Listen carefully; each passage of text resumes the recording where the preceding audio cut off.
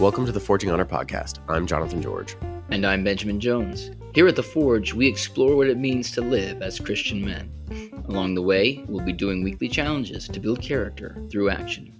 We are by no means experts, just two young Christian men trying to make sense of a wild world. That's right. We do our best to learn and hope you'll join us on the journey. If you want to get directly involved, go to forginghonor.com to find information on how to join our community. This is episode 22. Producer check. This is 23. Art of the Craft, Remastered.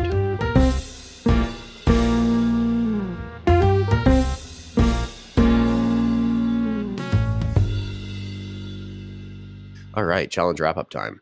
As a reminder, challenges last for 10 days. That's Monday through Friday for 2 weeks. They're simple daily tasks to grow us as men. This previous challenge, pretty simple, study a craft each day. What do we mean by craft, Banjo? We mean an artistic endeavor, not an athletic one, where, well, I guess it could be mechanical. I could see a mechanical craft. It's something where you have to man, we really should have had like a working definition of craft. Like a better one than what like you're doing right now. Yeah, the better one. Yeah. I'm not a master of this craft.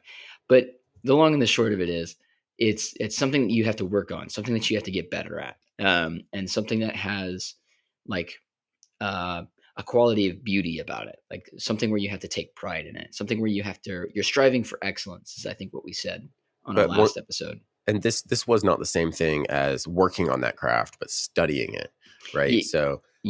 We were specifically talking about find a master, find somebody who is really good at whatever craft you're interested in, or whatever artistic thing you're wanting to study, and learn what mastery looks like. And because we're talking about, just to refresh our memories, we were talking about how with that kind of level of mastery, there's a level of skill that's required that we don't really see in the same way anymore, I don't think, in artistic pursuits. It's the difference between having to learn every inch of the guitar in order to be a rock star, and having to master, your computer keyboard to put those electronic sounds together. And I mean, there's skill and talent involved in both, but there's a level of mastery, I think, with a physical guitar that's maybe a little bit more impressive. So we just wanted to talk about those kinds of things.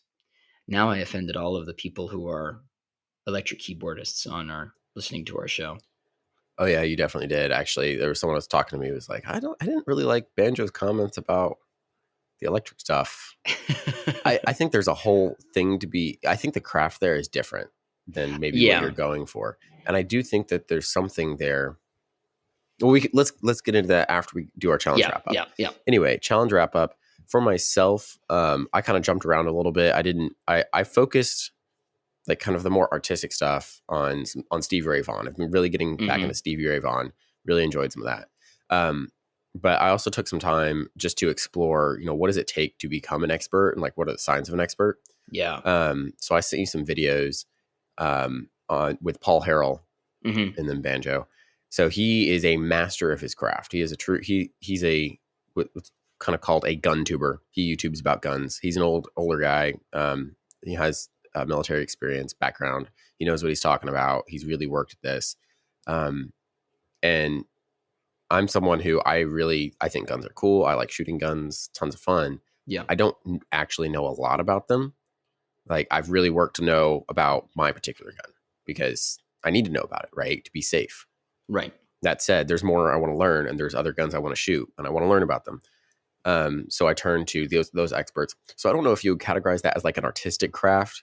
I don't know. I think shooting could almost there's something beautiful about it in a way. Like when you hit it, just I don't know. It's good. There's a talent to it. I think my my word artistic there could be stretched pretty thin, and the way you used it, having to work at something, it could be. Yeah. So let's not limit it to the arts, but I think we were aiming at something different than like athletics, right? Yes.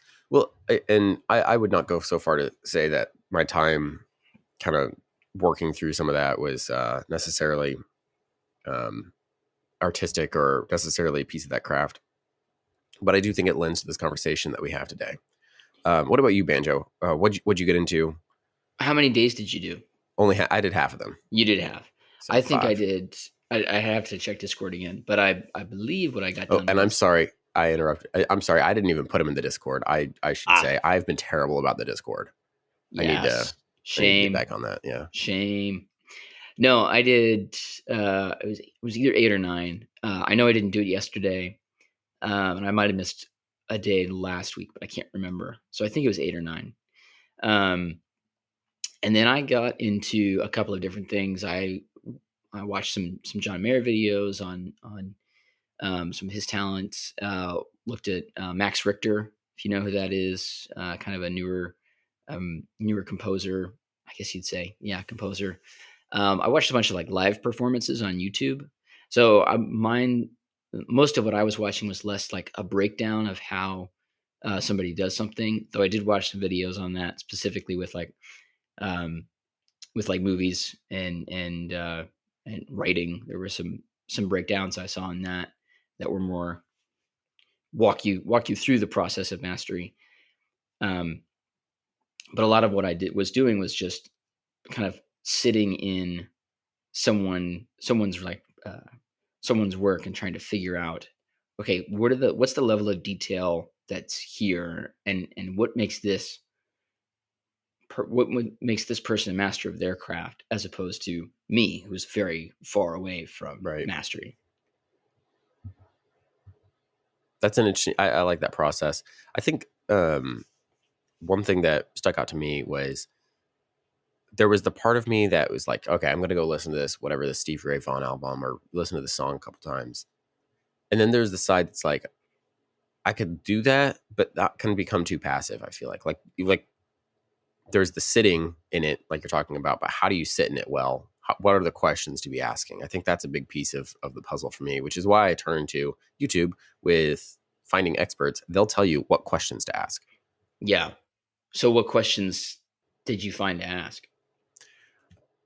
I think some of the main ones are kind of what you from the very get go. You know what drives an expert, right? Because someone I think could be passively not paying attention to it, but I think there has to be a love and a passion in order for them to truly become an expert on the subject. Hmm. Because that's or at least that's something I noticed across all the disciplines that I was paying attention to. Um, I think on top of that, every expert is always asking what is out there that I don't know. Right. An Mm-hmm. expert is never saying, oh, I've already got this. They're always asking what I don't know. And that can only be driven because they truly love the subject. Yeah. The more you know, the less you know. Constantly with these with the Exactly. yeah. You ever heard of a guy Benjamin Zander? No. He's a conductor. I forget which organization he's with now, but there's a really cool TED Talk video that he does where he talks about one butt playing, and he talks about he says when you're a first year student, you're just practicing your scales, and he's like at the piano and he's like practicing the scales, and he's like, and you hate it, and then but you're not very good and all the timing's off, and then basically he goes through like this one piano piece and he shows you like the like 4 or 5 different stages of a piano player.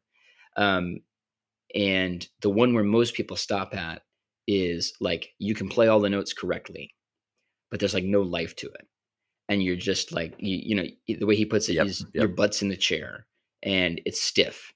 And then he moves up one level to like the master, the expert, the one who's been playing for like 15 years, and you see his body's like sways and it's like moving all over the place, and he like lifts like halfway up out of the chair and he says, this is one butt playing, because you got one cheek on the seat and that's it, That's because funny. That's funny.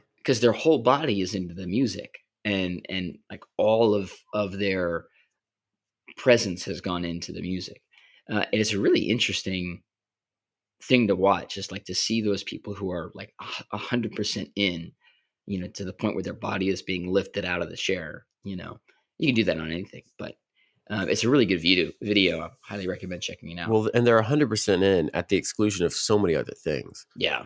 I think that's something that was something I was thinking about when it came to running Hmm. was I think, and I relied on this to some extent myself, but there's a lot of folks that come into running and they have enough natural talent to get by, Yeah. right? it, when I first started running, it did not take very much training for me to get to a level where people could be somewhat impressed by what I could do on the track or on the cross country course. That said, Mhm. that talent could only take someone so far, right? And for myself, I was kind of middle of the pack when it came to talent, so I really had to work to start getting some of those faster times. But I saw some people come in and just crush times without ever having to practice. But as soon as they came up to more difficult challenges, they couldn't handle them. And I Yeah. think that's something that can set, somewhat like say the piano player who maybe loves the piano and has enough natural talent to get into it, but then they really have to work at it to really become a master, versus someone who's just so talented that their first challenge doesn't come for years. Right. Yeah. And I'm not sure that those people become masters. I think they're just talented. Yeah. Now, that said, I mean, talent can take you a long way. We talked about this like in basketball. Like, undoubtedly, there are some basketball players that are just more talented than others. But how Right. much do they have to work to excel at that? And you have to have the discipline in order to become an expert. You have to have the willingness to sit down and memorize the scales, or just to work through the fundamentals constantly. Um, I see that a lot with like students at school, teaching them, where it's like, and I was this way when I was a kid. All right, wait, let me rephrase that. I'm still this way. Where I come up to a problem, and I'm used to being able to solve problems fairly quickly. Right. So then when I come up to a problem that is not easy to solve, I often have moments where it's like, well, I guess I just can't do it. Like, I'm just not going to bother with it. I experienced that in math Yeah, because I didn't need to study math through high school. Like, it was algebra, you all just got it. geometry, just stuff just came naturally. As soon as I hit calculus for the first time, suddenly nothing makes sense. I can't figure it out. Hmm. And I could, but I had to put effort into it. Yeah, Like, right. It wasn't just immediately apparent to me what the answer was on a page or how the process to get there. Suddenly calculus, I'm going, okay, well, wait a minute. Now I have to understand this new formula or this new thing. Like, it just was, it turned into this total struggle for me. And I ended up switching majors because of that. And yeah, I went a different route, a route that I was less comfortable with, but one that I ultimately enjoyed more. And I think the passion helped me push through the harder times in that. yeah. That was me with languages. Like, I'm fairly good with English. I can speak it fluently Uh, most of the mm, time. ah, Sometimes 3/4 of the time. Um, and I was supposed to learn French in high school. Hated it. Absolutely hated it. And then tried to do it again in college. Absolutely bombed it. In my defense, it was in the middle of February. It was my first 8 a.m. class freshman year, and I was not ready for that. that is rough. And it was in the cold winter, and it was on the other side of campus. So the deck was not stacked in my favor. Um, and then I tried to learn Arabic, and that was just as bad, but a little bit better actually. I actually stayed in the course, so that was a plus. But the whole time I was just struggling and struggling and struggling. I couldn't get it, and I went home at one point and was telling my dad how much I was like not good at language, and I was like, I just don't get language. Like, it's just not my thing. And my dad is like not an angry person ever. This is maybe like the closest I've seen him get to frustrated, where he didn't even raise his voice. He was just like, "Beji, you just don't put the work in. Like, you think, That is you." a call out by your dad. Wow. Yes, cold call Like, out. yeah, you just don't work hard, kid. Sorry. It was just like he was like, "All this other stuff comes easily to you, so you don't try to learn the languages. Like, if you actually put your mind to it, then you could learn it." Um, which was it was a pretty good call out, and it's something that I think about a lot, because there's a lot of problems that I come up to that I think, this just isn't how my brain works. This just isn't what I want to do. And then I think about what my dad says, and I think about what I need to fix and what I need to change. But I mean, I think there's certain subjects though that still require kind of what I'm talking about, that passion a little bit. that Oh, yeah. desire to learn, because otherwise, how do you push past some of those fundamentals? Yeah. I think. Now, obviously, there's a discipline aspect to it. How do you discipline yourself? Are you asking me, or is Well, that a I guess rhetorical it's somewhat question? rhetorical. I'm throwing that out there. I think you do that by kind of setting those expectations for yourself in advance, but you have to want it. You have to really want it. There has to be an object at the end of the exercise. There has to be something you're aiming for. Yeah.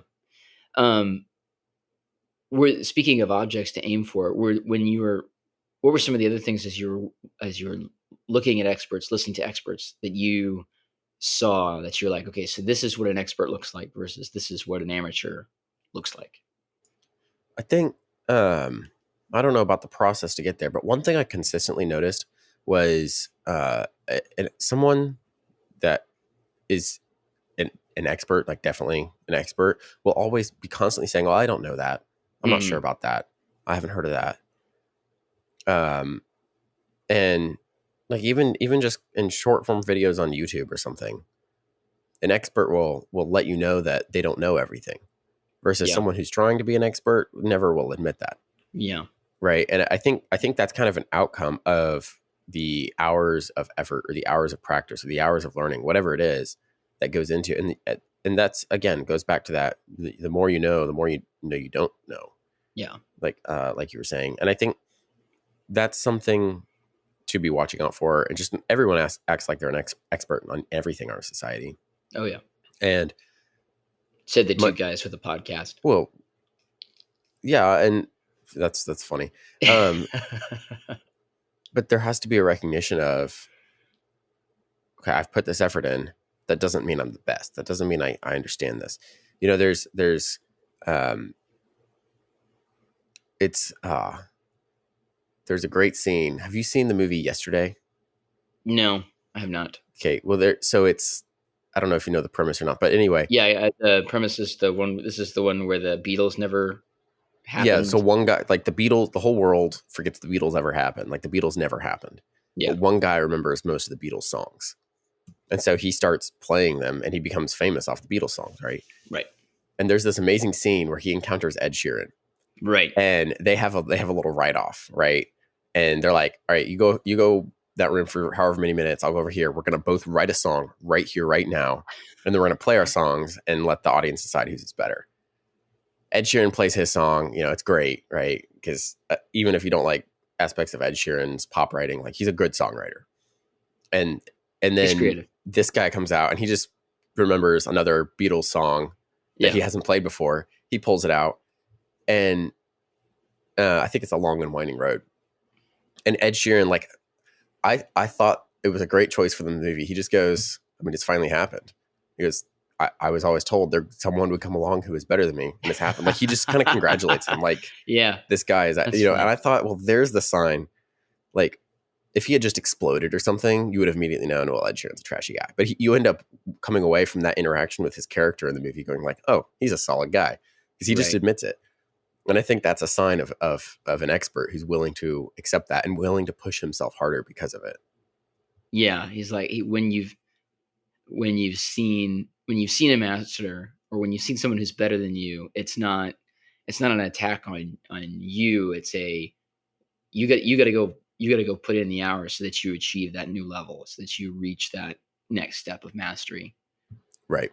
Yeah, that's interesting. One of the things I watched for this was The Social Network, which you and I talked about a little bit, which is a movie I really love, and the filmmaking in that, and the dialogue, the script is, as a film nerd, is like beyond masterful. It's great.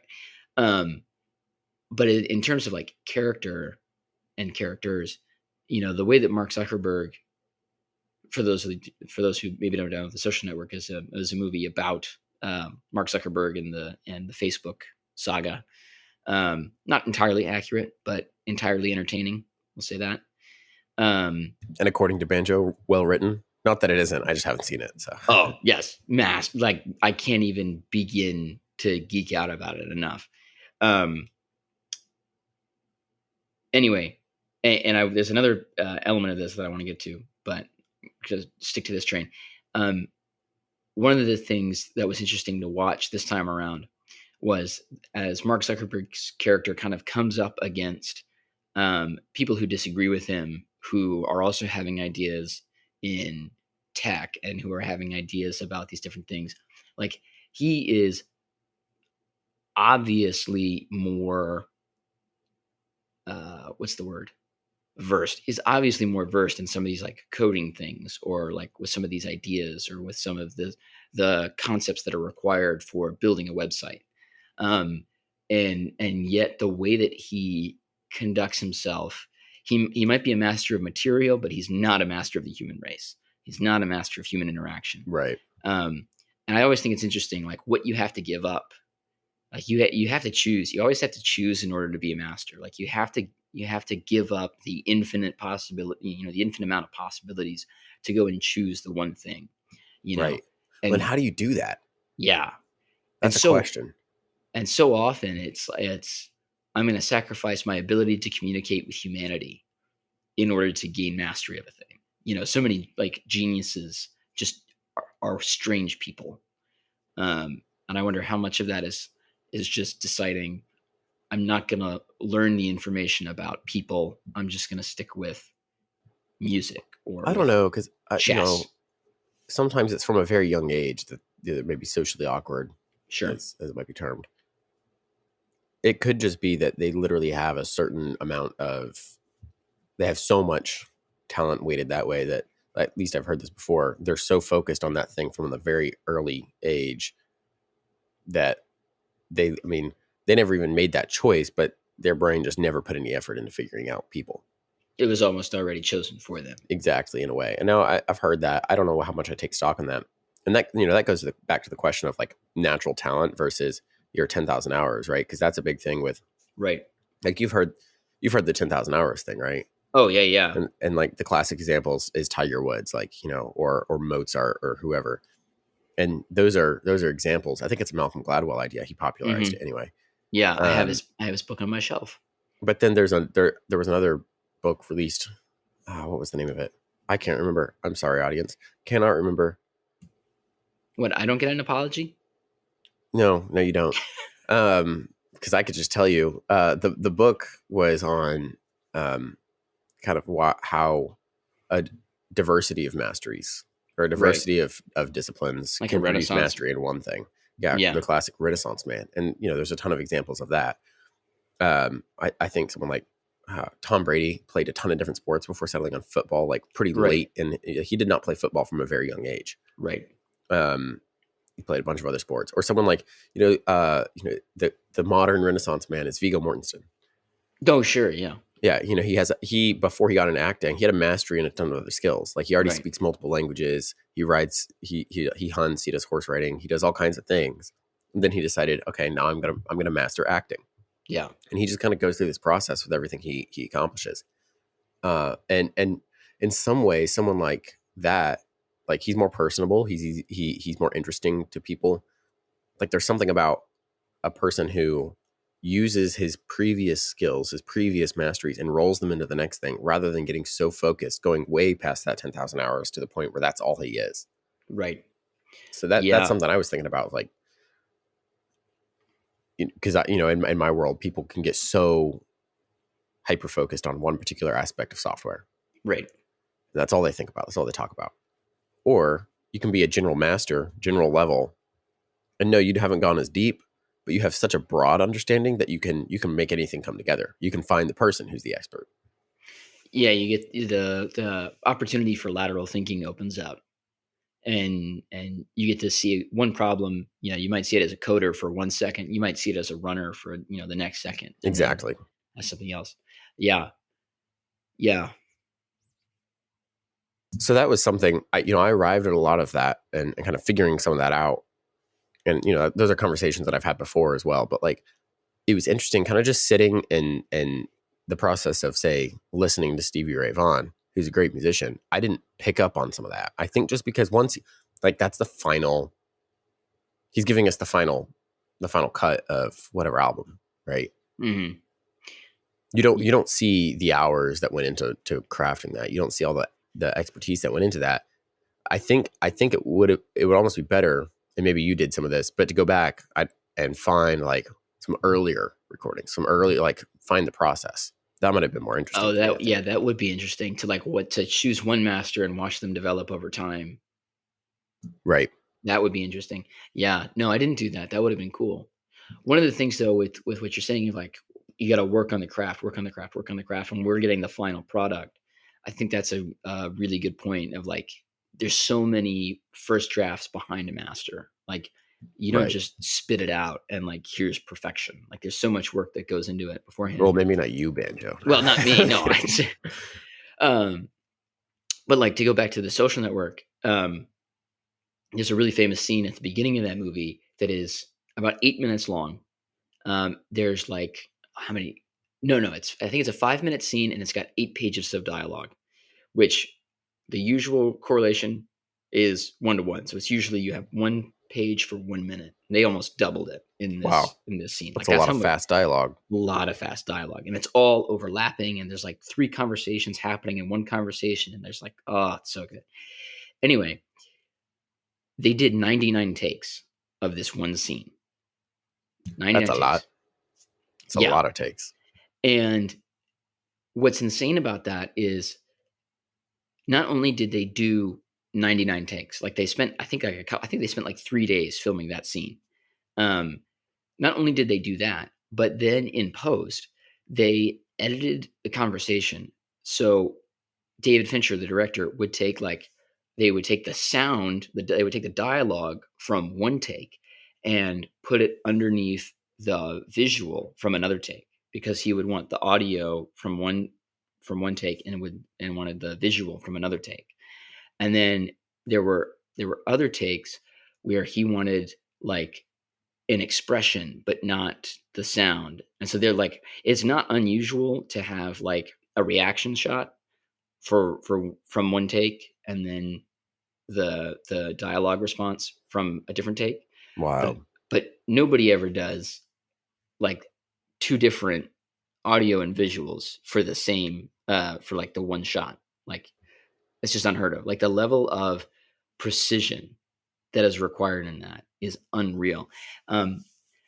And it was something that I kept thinking about with all the different like levels, like with the different masters that I watched. It was like nothing ever goes to waste.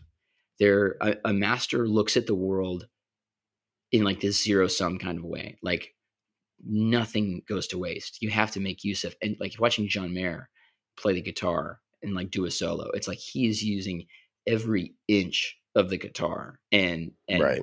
and and every inch of him of like his hand. Like he's like there's one video. I don't know if you had a chance to watch it, but when he does a live performance of "Ain't No Sunshine," which is one of my favorites. And just like in the middle of the thing, like he goes from like a regular like picking on it and doing the whole shredding guitar solo type thing, and he just like starts slapping the guitar and like slapping the string in this way that I'd never seen before, at least in a rock and roll performance. And it was like he knows how to get every sound out of this thing. Like he knows how to squeeze every drop out of this lemon.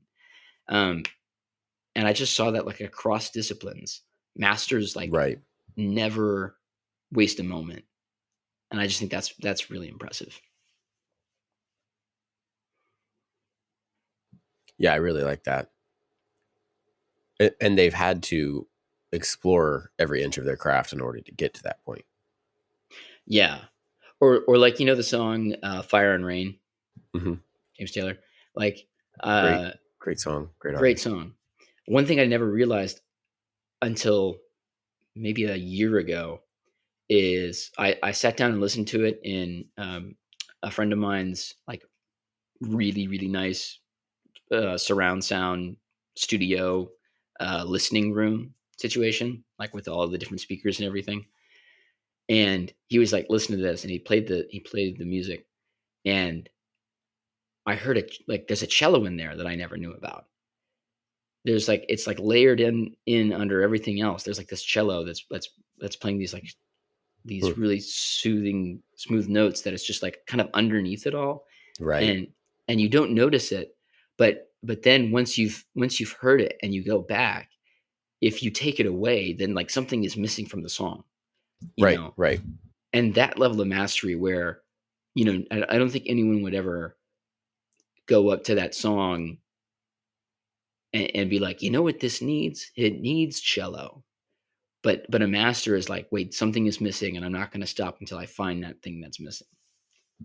Yeah, that's interesting. I do love those discoveries, those revelations. After if I've listened to an album, on team billion times, and it's like, oh, there's something there I've never noticed.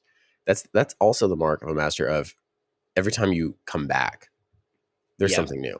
Like that. yeah, That's how I feel with something like Lord of the Rings. Every time I read it, I'm like, there's some new literary thing that I noticed. There's some new language things. There's always something more. Tolkien packed so much in there, um, and I think that's also a sign that you're starting to understand and master whatever. I mean, what someone else has already mastered, but you're starting to truly understand it because you're starting to uncover some of those depths a little bit. yeah. Hemingway has this great quote where he a somebody who wanted to be a writer came and stayed with him for a little bit, and Hemingway kind of wrote down the advice that he gave to the guy, and he said Hemingway said, if you're going to be a writer, you have to read. And the guy was like, so what should you read? And Hemingway listed like all of the classics, like War and Peace and Anna Karenina and The Turn of the Screw and all these You things. heard of the great books? Read them, Yeah. all And of them. then and then the guy was like, why do I need to read those books? And Hemingway said, because you need to know what you have to be. And I thought that was great. Like if you're gonna Right, be right. if you're gonna be a master, like I love Hemingway's philosophy of writing, where it's like you got to get in the ring and you've got to write to. If you're gonna write, you better write to beat the people who have come before you. Like don't get in for anything less. And I think masters are like that. Like they're not going to settle for anything less. Right, Um, but I also love it. In order to do that, you have to submit first, and you have to say, "Okay, teach me enough so that I can beat you." You know? right.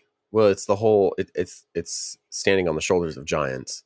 Yeah, It's also more than mere copying, right? Because any musician is going to spend, I don't know, however many their first many years just copying what came before, just learning what came before, right? They'll have mastered someone else's mastery yeah, before they can start to grow on that.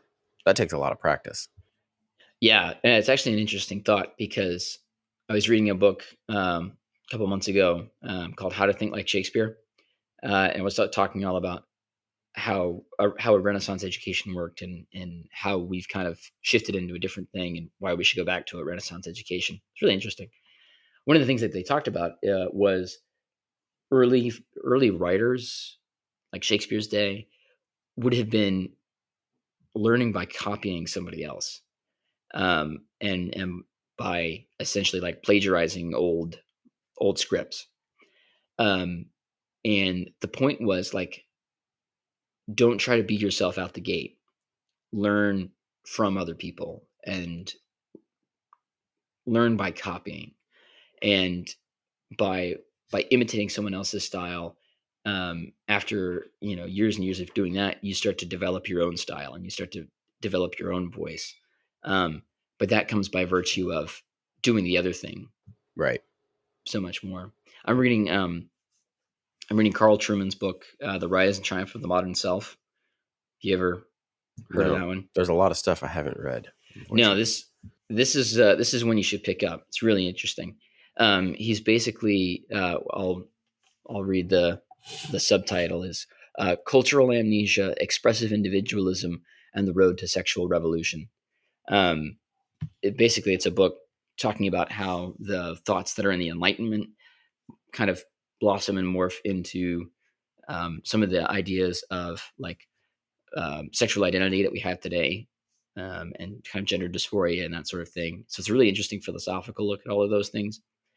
But one of the things that he talks about that we've left is he talks about the self as a dialogical entity, We discover who we What does are. that mean? It means that we discover who we are by talking to other people. Okay. So I am only able to know that I am me by the fact that I am not you. Interesting. So, or put it another way, if I hold up my coffee mug, right? I see that there is a mug, and I know that I am not the mug.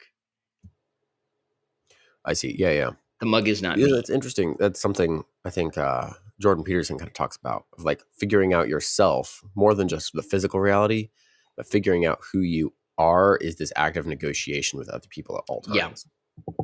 yeah, it's kind of like that. Um, and I think that's really useful because the difference then becomes if we say that, well, I have to be myself, and we're self-referential, it gets really circular really fast and really exhausting, where we're trying to kind of like self-justify, and Right. you can do the whole Descartes thing, but that kind of only gets you so far. Um, you won't really learn about yourself. In one sentence, Banjo just goes, Descartes. Well, I'm standing on the shoulders of much bigger giants with that one. More like crouching on those shoulders. Um, but anyway, it's different. Part of the reason that we do this podcast is because you and I learn about what it means to be Christian men by talking to each other, right? Yeah, to some Eh, extent, I would hope. but I don't come away from these conversations thinking like I need to be more like JJ. Like often I come away from these conversations knowing how I disagree with you, right? Well, I do definitely definitely experience that myself. I'm like, man, Banjo, why would you think that? But at the same but we keep doing it because we keep learning more about ourselves through it. Well, and we keep. I think we've both had those moments where like, oh, hey, you're right, I'm wrong. Let me adjust that, or that's the right idea that we both kind of figured out. Right. And through those conversations, yeah, we learn a lot. And I mean, that's part of the practice of being a Christian man, I think. Yeah. And then so we're able to do this with other things. Like so, if you want to be a writer, like I want to be a writer, a lot of my work in practice at this stage of my life is all right. I'm going to try and write something like Cormac McCarthy. Like today, I'm gonna sit down and this will be my Cormac McCarthy imitation. And then I just kind of like try and get as close to McCarthy as I can. Well, and you say that explicitly. That's a Yeah, good thing, because I definitely have done the thing where I sit down and I'm like, oh, I just accidentally copied one of my heroes without, like, it has none of me in there. right, right. And then I go back and I reread what I read, and I think, okay, so what part of this doesn't sound like me? What part of this is not me? Or maybe to put it more accurately, like because it's going to be a very smaller percentage. Which is me? Like, what's the thing that I do that McCarthy doesn't like to do? You know, like in my writing, I'm much more influenced by like P.G. Wodehouse and Jeeves Mooser. So I like some good comedic dialogue that goes on for a couple Right, right. pages. McCarthy doesn't do that. Um, but there are the things that Wodehouse does that McCarthy doesn't do, and I've kind of like stolen from both of those. Um, and I think we can do this in all sorts of areas, like even like um, you know like rock and roll is borrowing from blues and from jazz and from Yeah. or like Led Zeppelin every once in a while will just like throw these like classical violins in there and just shake everything up. If you can borrow from all of these different areas, you can really develop something new. And I think that's a really interesting component of that mastery that maybe has fallen by the wayside a little bit. Even thinking about the whole idea of master versus apprentice, the whole idea is that you, as an apprentice, go and sit under a master and say, teach me everything you know, and then Yep. move on from there. Well, and that's something I see. We go to college, but I feel like half the people I was around at college just complain about the teachers the whole time. Yeah, And I'm thinking, you are paying these people this is what you're here for. to teach you. Yeah, exactly. And it's just, if you didn't want to learn, why are you here? On the flip Hmm. side, there's so much free information available. Like, you could sit and take an entire course on YouTube now. Oh, YouTube's yeah. amazing. And there is no barrier to learning hardly anything these days. You can hire a coach for anything. You can hire a teacher online. do whatever you need to do, but you can learn it. Yeah. And I think so. Then that makes me wonder, because why isn't everybody just a master of something? Sure. Why are there people that have mastered nothing? I think it's because it's difficult. Well, yeah, but there's difficult on a personal level. Like there are no external barriers, is what I'm saying. Yeah. Well, no, I mean, yeah, I hear that, but I think also there's no external barriers to easier pleasures. There's lower hanging That's true fruit. too. We've got more information. We've got more ways to master something, but we have more ways to keep us from mastering that thing. Yeah, and like I'm amazed at the amount of time I see kids learning TikTok dances. Like They'll put uh effort into it. It's lots of hilarious. effort, lots of time. Their homework assignment less so. But that's just me being an old fogey. Because I mean, we do this. I do the same thing where it's like, oh, well, I could work for an hour on my writing, or I could watch this show I need to catch up on for an hour. Like, I'm putting time and I'm putting effort into Right. watching my favorite TV show, as opposed to developing myself and building myself as that. So, like, we're just surrounded by pleasure, and I think that's really hard to get away from. One thing I've started just in these last couple of weeks, as we were talking about mastery and arts and that kind of thing, is active engagement. Yeah, So I don't know if I read this somewhere or what I did. I don't know. I just went, I watch YouTube. I like watching these videos where I'm learning stuff. That said, I feel like I'm learning a fraction of this content because I watch a lot of it, but then I never put it in practice. So how can I effectively start to engage with this? I need to slow down in these videos. I'm going to make them full screen format. No comments, no reading other stuff, none of that. I'm paying attention to whatever the person has to say. yeah, I'm going to choose, especially if it's someone that does longer form style content, they don't have all the hooks to keep you in. So it requires you to pay attention. And then on top of that, I'm taking notes, right? mm-hmm. So if I can do all of that and work through a 30-minute video on whatever coding thing I'm wanting to learn, or business practice or whatever it is, I'm going to take a lot more away from that than if I'm scrolling through shorts with the same guy's conversation cut up into a million pieces, right? People will take a Joe Rogan interview and cut it up into a million pieces, put on YouTube. Yeah, That does nothing for the viewer. You're not getting the full context. You're not getting the information. And if the mm-mm. person's really an expert about whatever they're talking about, you want the full content, Yeah, right? yeah. And all of this, I think, really goes back to, you know, it really goes back to what we want to do here at Right.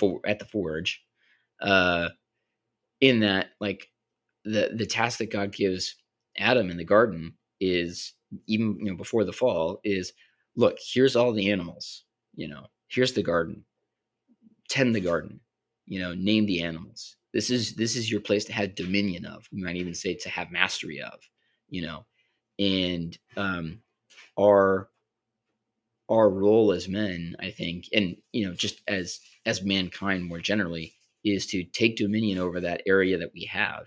Right. And I think, like, the first place to begin is our mind, and to say, like, look, you need to do that active engagement. You need to be in that place where you're tending that mental garden and working through every inch of it, um, and not letting it run amok, not letting the weeds sprout, not letting everything wither and die. And that's what happens when we, I think, just give over to entertainment and don't do the work of, um, yeah, mastering. Right. And on top of that, I think that requires the individual, you and I, to have some recognition of um, where they lack, to have a recognition that we have to keep learning. One thing, I was just thinking through, like, everyone. I should not say everyone. That's a blanket statement. It's a bad Careful idea. of those. But many people that I encounter just think they're right about everything. They have their worldview right. They got it all down, right? Yeah. Um, at every age, right? Like, it's expected in a 12-year-old, right? I was a annoying 12-year-old because I thought I had the world figured out. Now here I am, and I'm a little over twice that age, And I still think I've got the world figured out. There's no way that, I changed my opinion halfway between there and now, and I'm still changing opinions. So and if everyone thinks they're right, then someone has to be wrong. Right. Most people have to be wrong. So I think that's one thing I started doing, and something I saw.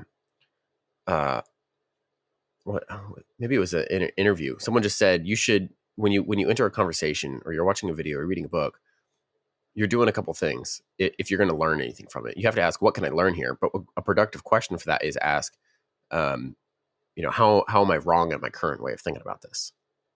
Right. Identify where you're wrong, rather than trying to because if you just say, what can I learn here? You could learn anything. I mean, you open up a book, there's a ton of information in there. You could try to memorize it all. You could try to do this all. But in the long run, what's going to be most productive is if that book influences you towards the truth. And how can you do that? Even if the book is completely wrong in its conclusions, or it's a philosophical text you don't agree with, you can find, where am I wrong in my current ideas, rather than attacking that text. And that's a much more productive use of your time, especially because then you only need to find one thing as well. You just need to find, all right, what's one area I can change? Now you've gotten something from this text or gotten something from this video.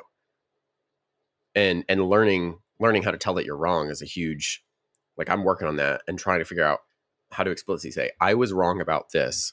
How can I change? And I would argue that that's a huge piece of apprenticeship anyway, is learning that process. And that can take you towards mastery, which I'm not. I would not say I'm a master of really anything yet. Now that we've talked through this, there are skills that I definitely have, but I don't know that I'm a master. Well, we're young yet. It's true.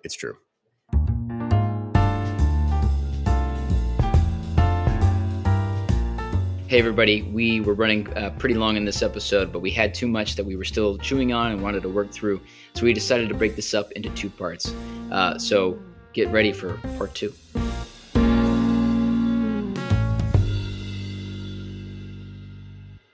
Hey, everybody. Welcome back to the second part of our much longer episode. Please enjoy the second half of all of our thoughts. All of our thoughts? All of them? All of them. We have so many thoughts. Maybe too many, according to some. I would think so. I gotta say, so just by way of refresher for everybody, we began this episode. We typically record our episodes at 7 a.m. Eastern Standard Time. JJ 6 o'clock is for me. 6 o'clock Bright and early. and bright and early. Today we ran long. We had some other things that had to come up, so we're fast forward in time now to 6 p.m. Eastern Standard, and JJ is 5 p.m. So That's how math works. a whole day has passed. And I have to say that over the course of the whole day, one thing has been eating away at my conscience, which is that I've been thinking about the fact that I took quite the shot at all folks working on electronic music types, and I thought that is so unfair. First and foremost, to our producer Elliot, and for all the work that he does. So I just wanted to go ahead and right up at the front of this part too, give an apology to all those I probably offended with that jab. So thank you, Elliot, for your work, and yeah, I hope you don't take out your vengeance on me on any online board games that we may play in the future. Yeah, well, I'm. It's interesting. That raises the question with the electronic stuff, which I'm sure Elliot both appreciates that, but also I think he would acknowledge there's different skills, there's different masteries going on there. The electronic side, you can put something together much faster. It can hit perfectly on the notes. So the skill that comes in is going to be more in the composition, more in the production, more in choosing what samples. Actually, the creation of whatever song you're working on, which our little score that we use for this podcast is partially electronic and partially real instruments. Yeah. So there's a new side there of producing that and blending that together to make it sound really good. Yeah, putting it both at the same time. One of the things I think I was getting at that, or one of the things that maybe I should have said instead is, I think one of the interesting things about the mastery that's involved with something like a guitar or a violin or something like that, just taking instruments, is that there are creative limitations to those things, that that exist differently from something than that's electronic and digital, right? So like the electronic keyboard is interesting because you can do so many things with it. There's almost an infinite amount of possibilities, that can be accomplished. You know, you can change it into an organ, you can change it into a guitar, you can change it into drums. You know, whatever you want to do on that keypad, you can do, and it doesn't require the same kind of mastery that it takes to learn those instruments in their analog form. But there's a particular skill and beauty, I think, that comes from saying, you know, I'm going to limit myself to only learning how to play the guitar and setting that creative limitation. And I think that's the particular gifting that I think is being lost a little bit. Not that one necessarily has more value than the other, but we live in a digital age, which means that we live in this sort of like infinitely potential age. Like there's always more that we can do. There's always more possibility, and I think we've lost the desire. I won't say the ability, but I think we've lost the desire to limit ourselves and to say, "I'm only going to work on this one thing," if that makes sense. That does make sense. And I think then how do you decide what you're going to work on? How do you decide how to limit yourself? I've thought about this in my job, right? Because I work Yeah, in the tech space. Um, the number of languages I could learn, the number of ways to solve a problem I could learn, it feels to myself anyway, it feels like so many possibilities I can't decide. So I just kind of have to pick something. How do you pick? Because by virtue of, I've heard it said before, attention is our most valuable thing we have these days, right? That's what every yeah, company wants. They want our attention. So how do I decide to spend my attention on what I'm learning and on what I'm trying to pick up? yeah. Um, one of the things that one of the videos that we both watched, you sent to me, talked about how fake experts deal in absolutes, or to put it more eloquently, only a Sith deals in absolutes. That's funny. Um, so I want to stay away from those because as I heard that, I was convicted, because I think that's something that I tend towards, especially on this show. I tend towards absolutes, and I tend towards saying like, Right. this is always bad, and that's mostly so that you and I can have an argument and can come up with a new idea. But it's probably not my greatest tendency. Anyway, so let me do this a little differently. Let's try this instead. What are your options? Like, when you look at what you can choose from, like what's on the table? Like, are you asking directly in terms of the tech question Yeah, or I'm just in, asking. in general? Um, there is a smorgasbord, as it were, of options as far as different certifications or further education that anyone in the computer science field can do.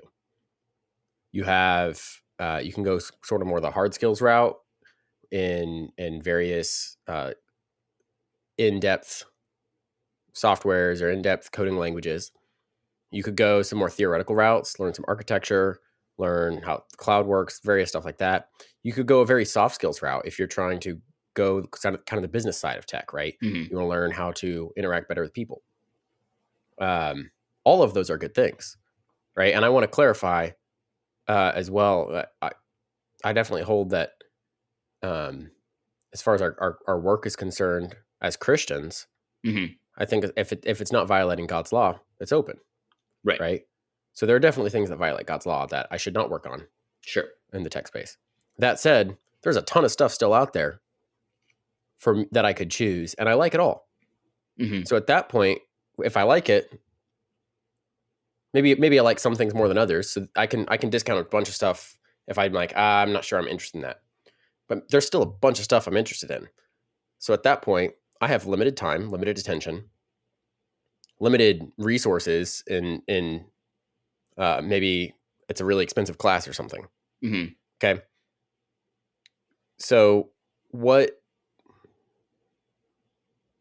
I guess my question is, what does an expert or someone who is already well versed in his field, how does he decide? How does that expert decide this is the next thing to focus on? Um, how do you decide what's most valuable in your life? I think based on God's law, and then everything should follow from there. I mean, like, how do you rank value in your life, JJ? You as a person. Oh, specifically? Yeah, specifically. Uh, like I say, scriptures, and then kind of underneath that, right? Worship, church, community life, my family. So scripture is most valuable, Scripture is most valuable. and then Then church and family. family. Well, and kind of I should clarify, the worship of God is more important than my family. That does not mean that church, the organization, the earthly organization, Sure, is necessarily more important. But it's not the building, that right? spiritual organization is, right. So there's kind of something that's a confusing thing for some people. So family's up there, so like taking care of my wife and child. Yep. Right. After that, it's, do I have obligations to my community? And then what do I want to do? Right. It's not a very deep list. So this is interesting. The way that you assign value, the words that I'm hearing have to do with the way that they're all action oriented. You assign value based on the worth of the action, right? So the most valuable action is spending time in scripture, right? Right. And then the next That most is said, I'm not great about spending more time in scripture than doing, other than say, watching movies. right. So there's a incongruity there sometimes. Sure, but it's which you at least cognitively would say is most valuable. How would you find value over, say, like possessions? I'm just curious. Like what kind of possession? Just in general? Yeah, like how is it, like, if I gut check, is your computer more valuable than your copy of the Lord of the Rings?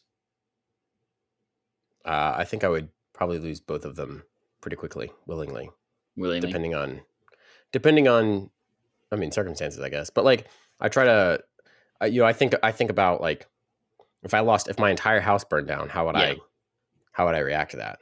Well, It's all just stuff. if your house burned down, your wife and kids are already out of the house. What's the one thing you're grabbing on the way out the door?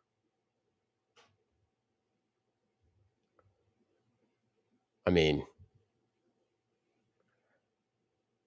I, I honestly don't really know that like, if there's anything, I'm trying to think if there's anything I need to grab on my way out the door. Like I do have, like, there's a couple of nostalgic things, like a box of letters Hmm. from various stages of my life. That might be top of the list. Okay, so But like that's a very relational, no, but right? those are But possessions, and like, that's a relationship. That makes sense. even the possessions that I have, like my copy of Lord of the Rings, excuse me, my copy of Lord of the Rings, that's Yeah, replaceable, right? I sure. think about it. I guess I think about it in terms of what's irreplaceable, Yeah. right? And I've tried to fill my life with, um, I try to have very few irreplaceable things, because the more irreplaceable things you have, and that's just a perspective shift, right? If you have a Hmm. perspective of that's irreplaceable, then you become tied to it. So I think the reason that I bring this up, the way that I'm thinking about, like, how does a master choose what to do, is I think it's based on how they assign value to things. Like, if what uh what you want to be a master of is I think in some sense related to the end result. So what do you find valuable? So, like, a business mogul might find money valuable, and so they might want to be an expert in the craft of making money, and that's going to allow them they can choose the thing that allows them to make the most money, say. um, and that's how they're going Right. to decide how they're a master. um, but somebody who is a musician is going to choose, you depending it depends on why they're a musician. Do you want to be a musician because you feel that um, grand collective events composed on an epic scale reveal something about human nature? You're probably going to go become an orchestra conductor, right? That's probably where your value Right. is.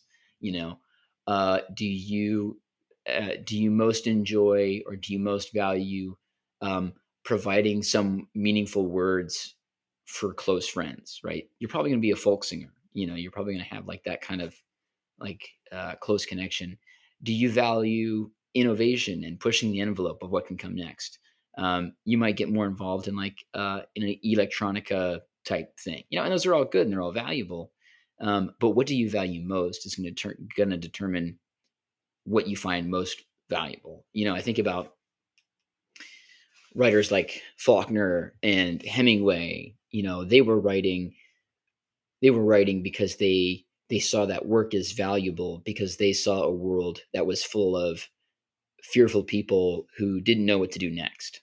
And so their whole craft came from them trying to echo these classical heroes of the Iliad and the Odyssey, and trying to bring forth some new modern classic, some new modern thing that could help people in their despair and give them hope and give them something to look forward to. And that was what fueled their writing. And so that kind of seeps into every detail of what they do. Um, and I think of the quote. I think it's Nietzsche actually who says it. Of he who has a why can suffer through almost any how. Pretty sure that's Nietzsche. Um, and I think that's a little bit at what's at the heart of being a master. Not that I enjoy quoting Nietzsche, but um, he got a few things right, and I think that might be one of them. Like the why you do something, I think has to govern how you do something too. That's twisting his Hmm. words a little bit. And it wasn't, It makes sense though.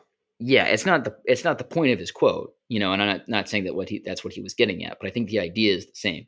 You need to know why you're doing something in order to know how to do it. So there's a big piece of that, figuring out where you fit into the grand scheme of things really matters then. Yeah. Calvin in his Institutes, John Calvin, that is, in Institutes of the Christian Religion, he talks about, he's a classical humanist, and he talks about the importance of right learning. I was listening to another podcast that was talking about this today, and I was the other day, and I was reminded of this. But you have to learn things in the right order, right? This is why, you know, um, I'm in the Orthodox Presbyterian Church here in the PCA. Yes.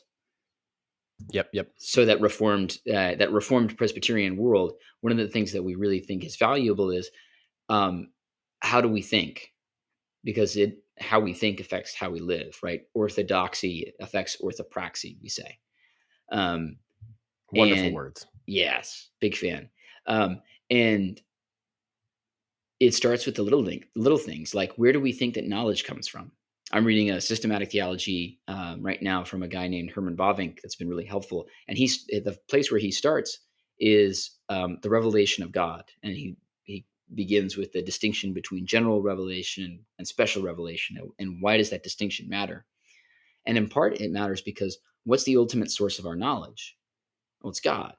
And if we Hmm. operate with the inverse assumption that man is the beginning of our knowledge, we get Descartes, who we already mentioned and threw under the bus in this episode. So I'm going for a record, because we're going to do it again.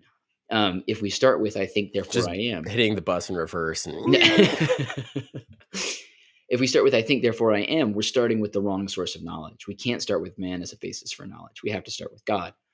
Um, but then think about God, um, and we can think about our mastery, because again, I think this is what we're called to is mastery. I think we're called to make a dominion of our minds and make a dominion of the world around us, um, not in an overbearing way, but in a cultivating way, in a making the garden to grow and to be lovely kind of a way.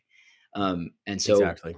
how does God reveal himself? Well, he reveals himself through scripture, but he also reveals himself in the things he makes, right? We are created in the image of God. We might be described as the masterwork of God the creator, right? Um, and so God reveals who he is in us, in who we are. We get to see the image, and we get to see a glimpse of who God is, corrupted, of course, and broken. Um, So I think we get to reveal ourselves in the things that we make. And I think when we realize that, I think that gives us this freedom and this liberation in limitation, to get poetic about it for a second. Um, Okay, where interesting. Freedom and liberation in limitation. Yeah, so I'm a big believer in this idea. So um, take tennis. I may have mentioned this analogy before on the show, but David Foster Wallace he's one of my favorite writers, or I'm a fan of his. Let's just put it that way. He was a huge tennis fan, and he writes in his book Infinite Jest about the beauty of tennis. And one of the beauties of tennis is that it is this simple game that is totally governed by its boundaries. There are these lines that make up a tennis court, and those lines are arbitrary. But without those lines, you don't have a game, and without the net in the middle, you don't have a game. And within those lines, you have an infinite number of possibilities of how the game could go. Right, the ball can land in any spot within that place, in any pattern, in any complexity. Right, um, the ball can be going at any speed, at any drop, at any spin, all this sort of stuff. But you can't have any of that complexity and beauty and, dare I say, expression of the human spirit that you get in a game without the rules, without the boundaries, without the limitations. Same thing happens in like poetry, right? Our best poetry, all apologies to fans of free verse, our best poetry comes in forms, in poetic forms. Take the sonnet. You can achieve a level of poetic mastery by limiting yourself to 10 syllables a line in an unstressed, stressed pattern, right? Um, and once you get to follow those rules, you get to play with those rules, you get to bend them, you get to break them, you get to play with people's expectations. You don't get that with free verse. Or you don't get it. I think the best free verse would establish some, like the author would establish limitations that may only be known to his or herself. Right, right. So E. E. Cummings would be a great example of this. He is a master of his craft in the sense that he has mastered every possible rule of the semicolon, the period, the comma, the dash, ellipses, spacing, all of these things. And he says, okay, how can I break this to its like absolute limit? How can I totally deconstruct what a sentence should be, how grammar should work, and he makes it work, and he makes a form out of it. But he only kind of is able to do that by um, forcing his own rules upon the system. If that makes sense.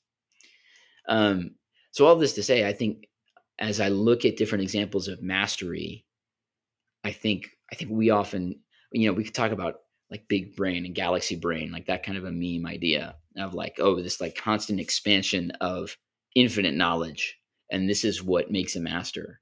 Um, Right. but I think our mastery comes so much more by winnowing down our possibilities, and by saying, yeah, a self-imposed limitation, and just saying, no, this is what I'm going to work on, and this is the idea I'm going to have, and this is the path that I'm going to walk. Um, so for me, I there's a lot of different areas of literature that I could get involved in, a lot of different fields I could study, and a lot that I'm interested in. But the one that I've kind of ended up with, like I just look at my shelf. Most of my books are either 20th century literature or um, American Southern lit, also pre or post 20th century, right? So like that's where I've decided to spend my focus, is like, okay, so I've already built up this collection. I can start to spread out in a few different areas like theology or philosophy or some of those things. But my depth of knowledge in those fields is going to increase if I kind of limit myself to the metaphors that I find in Southern lit or 20th century American Interesting. lit. You know, um, I get to expand what I think about, say, you know, uh, Plato's analogy of the cave, right? I'm able to take my knowledge of Plato's cave and then apply it to Flannery O'Connor, right? And I expand my knowledge of Plato's cave by the analogy of Flannery O'Connor's Revelation, say, and vice versa. But by expanding my knowledge, the depth of my knowledge in one area, I'm able to expand the breadth of my knowledge in other areas because I'm giving myself more of a framework in one set, um, that gives me a way to process the world Hmm. outside. That makes a lot of sense. I think that is difficult for someone like me who I tend to, at any one time, have so many different projects rolling that I can never give them enough attention, Yeah.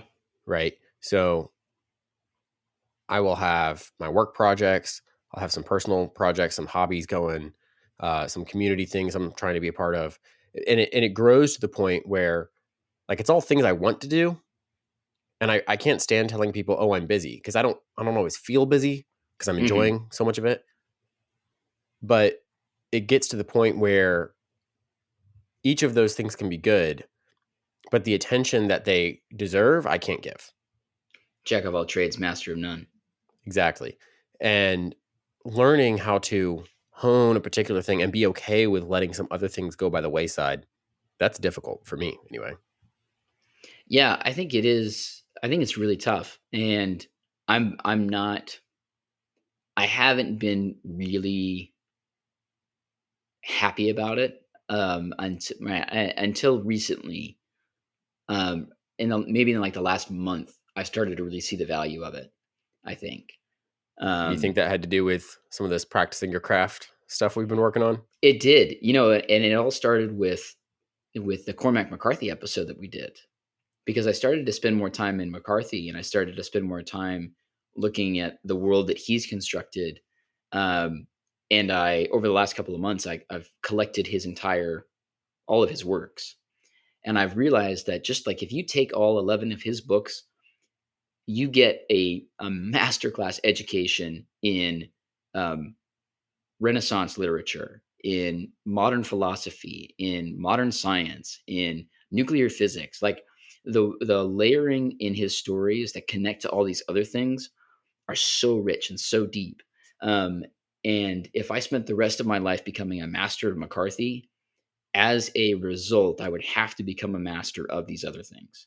I would have to develop a knowledge of these other things. I could do the same with Faulkner, um, Mm-hmm. or Hemingway.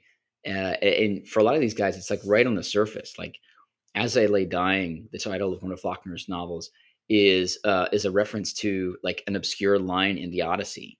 Um, "The Sound and the Fury" is a reference to Sound and Fury. That's Macbeth. Yep. I had a blank space there for a second. Yeah, Sound and the Fury to Macbeth. Absalom, a reference to David and the Bible. So it's just like, yeah, if you go and sit under the feet of a master, like I think a true master who has developed this breadth themselves, they give you a framework and they give you a window from which to launch out into the rest of the world. Um, I don't know what that looks like in any other field, so I wouldn't say necessarily like it would look the same for everybody, but I do think like God is a God of all creation, and as Kuyper says, there is not one square inch over creation in which the Lord Jesus does not point and declare it mine. Or his, however you want to translate that properly in grammatical sentences. Um, but so if I spend my time learning about music that is of a piece with mathematics, is of a piece with literature at some level, right? If I spend my time thinking about computers, I'm going to have to get into electricity, and I'm going to have to go back to Newton, and I'm going to have to go back to, or not Newton, Franklin. I'm going to have to go Franklin and the Enlightenment and all these other things. There's this huge web of human history all tangled together. And I think the question is, do you want to zoom out and like try to take this giant snapshot of the whole thing to understand it, or do you want to enter in at one particular node of the maze, so to speak, and just start to work your way as far as you can through it? I don't know that one is necessarily better than the other. One is, I think, they're both challenging, and they both have their ups and their downs. But I think masters tend toward that incision point and then move out. That's my suspicion. I won't say that as an absolute though. Well, you're not a master. I'm You're an not. expert on the topic that we know of. I definitely think it's interesting. You're kind of talking about, picking an area and just starting from there, Yeah. right? That's an interesting idea because inevitably that helps that will start to make up some of your decisions for you. Because if one thing just leads to another, Yeah. right? There's freedom in that I just chose the starting point, Yeah. right? The difficulty comes, what if you have a goal that you want to work towards? Mm-hmm. A goal of producing this novel, maybe for you, or Sure. a goal of, for me, getting this particular certification in software, something like that. How do you then, if you are wanting to expand your overall breadth of knowledge and you also have this particular goal, how do you decide your incision point? Yeah. Um, I think it's I'm trying to remember if we talked about this before, but I think it's he who is faithful in little will be faithful in much. He who is faithful in little will be given much. I think it's called the Matthew 20 principle, if I'm not mistaken. I mean, He who it is much in is Matthew. I can't remember exactly which some chapter. some economics major who listens to us is going to correct me on that, and I'm gonna take it like a champ, because I don't remember these things. Um, but anyway, I think it's the Matthew 20. I'm going to say Matthew 20 principle. Is it not 25? It might be Let's get off of this before we go too before we far. lose everybody. No, but the basic idea is that like to he who has more will be given, to whom who has not more will be taken away. There's like this idea that if you, It's parable of the talents. Yeah. yeah, something like that. Anyway, I've been thinking in connection with this, tie this thread over to something else, hopefully more interesting. I've been reading a biography on Napoleon lately because I'm prepping for the big Ridley Scott movie that's coming out this Thanksgiving. So I really want to see that. Um, and I was just amazed at how this guy has like almost nothing at the beginning of his life. I mean, he's not like poor, really. He's comes from like a semi noble family, but he's nobody of note. He's nobody of consequence. His family has no major connections. But he just decides to be a master of the classics. Like he just decides he's gonna he's gonna learn everything that he can from an early age about like Julius Caesar, Alexander the Great, Charlemagne, like all of these people. And that's where he begins his knowledge. That's what he studies. And as time progresses, he finds his place in the new republic, and then he finds his place in the empire, and dominates half of Europe. And I think in part, part of that is just he kind of chose, as Providence would have it, he chose the right thing at the right time. He chose to become an expert in military Right. history. There's some of that going on for sure. And you can't control that. But at the same time, I can't help but think that one of the gifts that Napoleon had was to have a framework that he could be sure of in a time where nobody was sure of anything. In a time where the French world was falling apart, Napoleon always knew where north was, and I think that allowed him to be courageous in a way that maybe other people weren't. Right? He always knew how to process the information. Right? You've probably read about the OODA loop. Observe, Right. orient, decide, act. Right? Um, just a super helpful framework, and I think choosing whatever incision point you do, whether or not it's the quote unquote right one that sets you on the path to take the throne of France, I think it gives you a place where you can observe and then orient before you make your decision and you act. Banjo has just revealed his in-game. He's going to write himself into the throne of France. What? They're just going to surrender anyway. Facts. I wouldn't have to write anything. Sorry to any French people listening to this, but Yeah. Anyway, so I don't know if that's super helpful or not. I feel like I'm just hitting the same horse in the same spot. no, it's helpful though, because as I'm thinking about it, I'm thinking through how do you then determine what the right framework is, right? Because if you're looking at someone like Napoleon, who just decided this is the framework I'm going to do, like, I mean, do you know if there was any particular reason he decided to pick that, or was that just he Well, happened on a good one? I think he looked and he said, "What works?" Right. So, like, who did he want to be? He wanted to be Right, Julius Caesar. He wanted to be Alexander the Great. So he's like, okay, so these guys were masters. These guys did it. What did they do? What did right. they do right? And then you follow that system, right? So, you So know, it's to become a master, you definitely need masters before you. right. Like we were talking about this morning, talking about like the dialogic self, right? You need somebody that you can look at and say, I am not him. How do I become like him? Kierkegaard talks about this, right? He says that he who in despair wishes not to be him, or so he is in despair, who does not want to be himself, right? So I'm sad because I'm not JJ. Okay. Uh, As are many. I can't.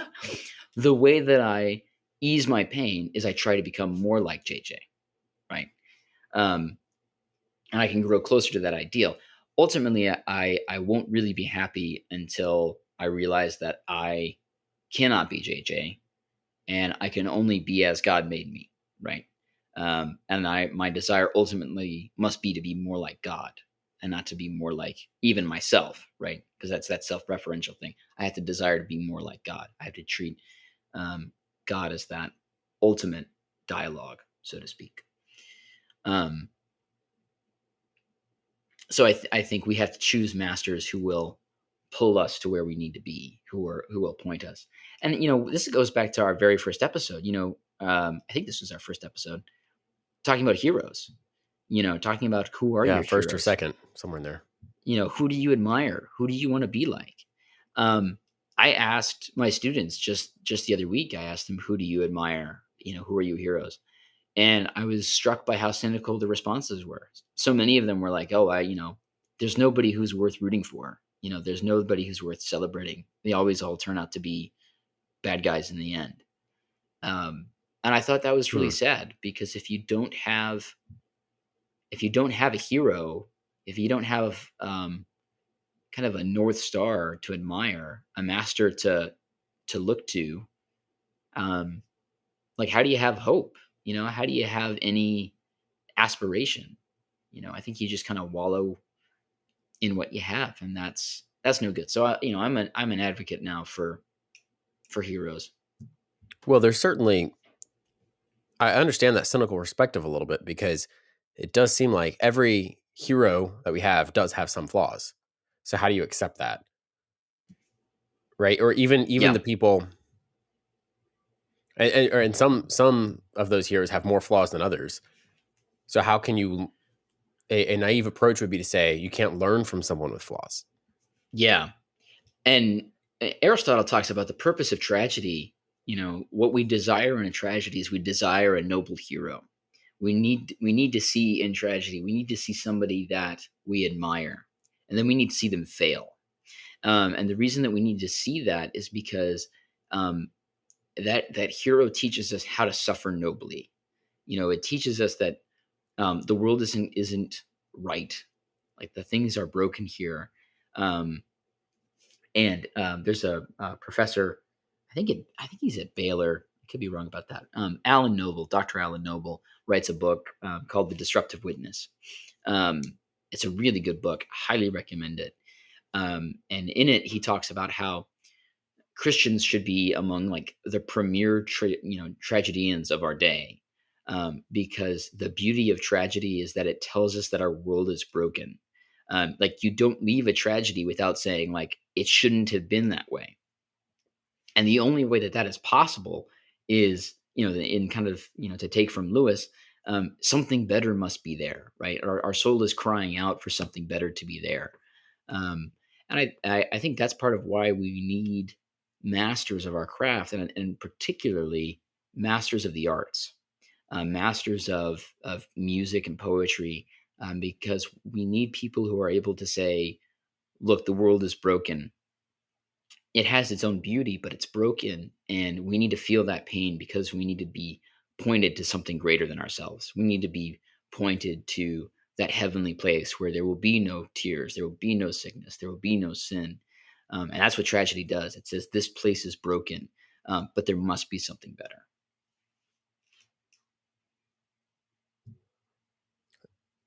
That's interesting because that goes directly to, even the perfect man, Christ. He has the worst thing happen to him, Right. death. Not only that, but he dies everyone's death, right? Yeah. It's the worst of the worst. And so there's that understanding that even the perfect example, the perfect master of everything, if the worst possible thing can happen to him, of course, terrible things are going to happen to flawed people, right? Of course, then there's the whole discussion of, yes, but the worst thing does not have to happen to flawed people because they have their example in Christ. So there's a spiritual component to that. Well, it's even more than that. It's not just that we have our example in Christ, we have our salvation in Christ, right? Exactly. The Exactly. the master what's amazing about Christ is that the noble, the master dies for the slaves. And not only dies for the slaves, but dies for the slaves so that the slaves are not killed for the fact that they killed the master, right? Um like Right.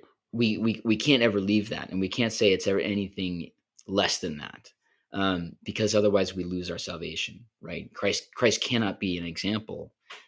He has to be our savior, and that's a um, it's a fine distinction, I think, but a necessary one. That's I just had a whole swirl of thoughts all hit me at once in that. I think as we seek after Christ in that example, we can kind of we want to grow from just being masters of whatever we happen to be good at, right? Some people can be very good at a particular subject, but they could be terrible people. Hmm. So Often are. you want to grow from being a master of your subject to kind of being a master of life in a way, Yeah, right? yeah, And you can only do that, I think, through Christ. yeah, And as you learn that, maybe you're very good at whatever these disciplines are or these arts, whatever it is. But I think to truly be considered like that man is a good man, he needs to have grown in such a way that he can look at life and with the assurance of Christ, he can work through it in a solid way. I don't know if I could put that into words. I only know sort of what that looks like because other great men have gone before me. yeah, But does that make sense, Banjo? yeah, yeah. I mean, you need. I think any truly great man can only be great in as much as he's modeling Christ, right? Right, And right, that can be in different ways. You know, we can say that Alexander the Great maybe models Christ the King in the way that he conquers, right? Christ is a right. conqueror. Interesting. You know, he conquers. You know, Christ conquers death like Alexander the Great conquers Persia. Um, you can say that, but you could also say Teddy Roosevelt withstands suffering the way that Christ withstands suffering. Like uh, or trying to think of like a better one. Anyway, like any great man, you can identify their aspects. Oppenheimer's wisdom or knowledge, maybe we should say is a better word, is modeled after the omniscience of God.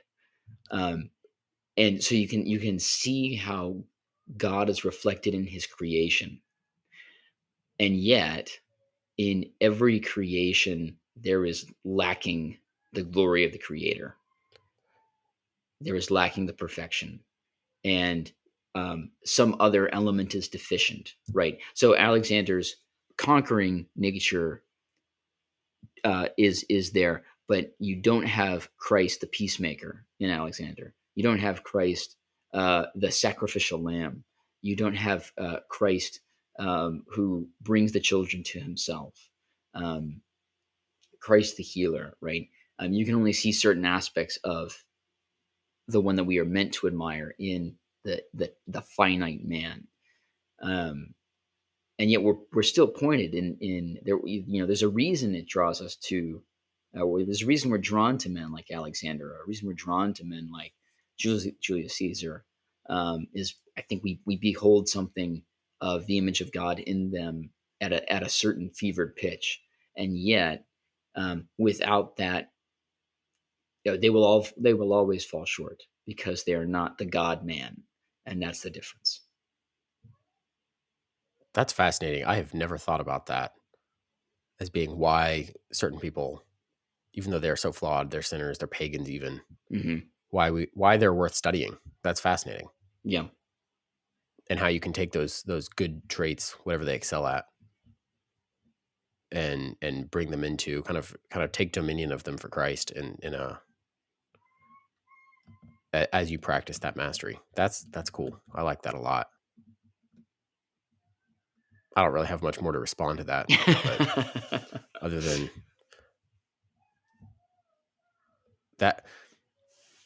that provides, I think, for young Christian men, a good framework, right? We don't have to pick our framework. Yeah. Our framework is handed to us. We have scripture. Right. So it's our first duty to study scripture. Hmm. And then take, in your case, whatever you're writing, how do you bring it into that context? How do you not Christianize it, right? You don't want to just slap a Bible verse on something. No, but how do you compare it to the truth? Like Right, there right. is truth. How do you bring it under that truth? I think also something that's really helpful, just to advocate for Reformed theology for a minute. The standards are really helpful. Diving into the Westminster Confession of Faith. It's not a long read. It's a little old fashioned, but it's so rich and it's so worth it. Um, and it's not gospel, um, but it is so helpful in beginning to plumb the depths of the Christian faith and beginning to, see the framework of the world that is there, or even beginning to dive into covenant theology, and seeing the framework that God provides almost in this literary story, in this redemptive history, and diving into just the riches that are there. And I think that is just super helpful and key because it, instead of beginning to float away in the infinity of possibility, which is so overwhelming and anxiety inducing for finite people. And Mm-hmm. instead, you get to put your feet on the ground, and instead of, and I'm quoting here from Emmanuel Levinas, who we'll have to talk about it some other time. Instead of trying to understand the world in its totality, instead of trying to understand everything about the world from every conceivable angle, instead you say, I'm a finite being, and every morning I get to wake up and perceive the infinite and look into the infinite finitely. I can only touch so much of the infinite on any given day. But that's so freeing when you realize that. Instead of trying to hold the whole sea and drink it all up, I think it allows you to just like take a little cup of it and to study what's in that cup. And there's a world of information in that cup. And that allows you to see the whole rest of the big picture, bit by bit, bit by bit. Right. In fractions. Yeah. Very, very small fractions.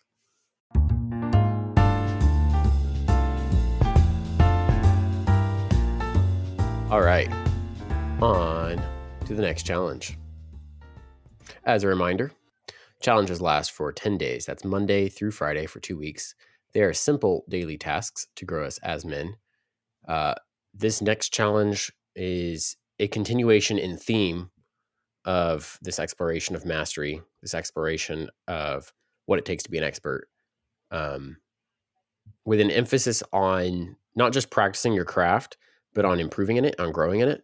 So the challenge itself is identify what is something in your craft that is at least somewhat measurable from maybe an objective standpoint, or you can at least track progress in some way. And then do that every day for just a few minutes. An example might be, we were talking about this before, Banjo.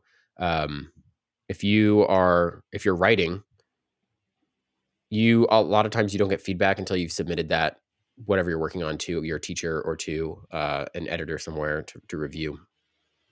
What if instead you take 10 minutes, you say, here's my stated goal in this 10 minutes. I'm going to write like Cormac McCarthy, or maybe pick another author.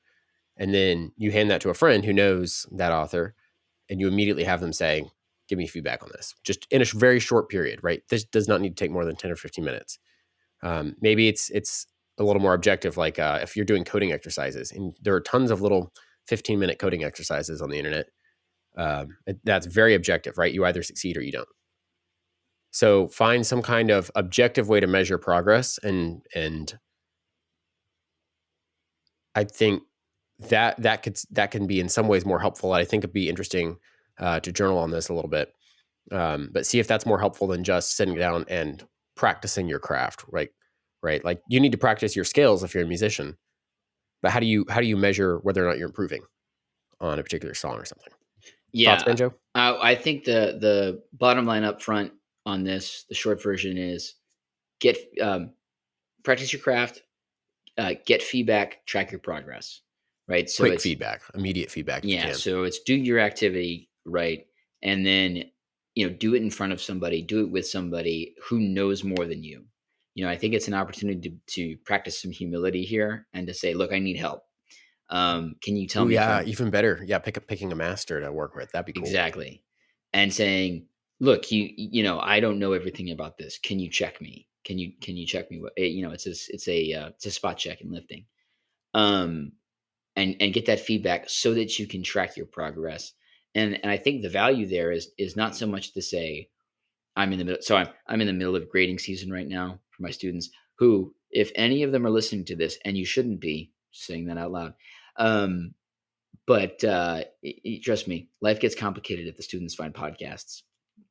Anyway, but their value of life is not in their grades. Like their worth as people is not in their success at a task. But I think there is value in seeing that progress, because it shows you where you need to grow. How do you need to improve? What's separating you from being a master? If your aim is to be a master, what's in the way, right? And so finding a true master, or at least someone who knows a little bit more than you, finding someone to give that information and to say, hey, I noticed that you could improve at this, right? I noticed you could change this. That gets you closer to that goal, and that's valuable. I like that a lot. I'm looking forward to it. Yeah, I think it'll be helpful. I might have to send you some stuff to critique for me. That'd be fun. We could pull out one of our little poetry sessions. Oh, that'd be fun. That'd be good. Yeah, we should do that. Really good. Not that either of us are masters, but we can give good feedback. Sounds good. Very good.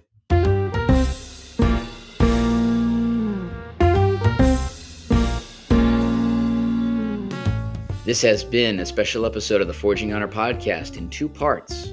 Music and production is by Elliot George. For more information about what we do or to learn how to get involved, visit our website at forginghonor.com. If you enjoyed the show, make sure to like, subscribe, and give us a rating to bring others into the Forging Honor journey. On our website, you'll find information on how to do the challenges alongside us, as well as links to the many resources we mentioned in the show. And we do make a small amount from any purchases you make through our website links, so thank you in advance. Thanks for taking time with us today. We hope you'll take up the work alongside us and join us in the task of Forging Honor. We'll see you next time.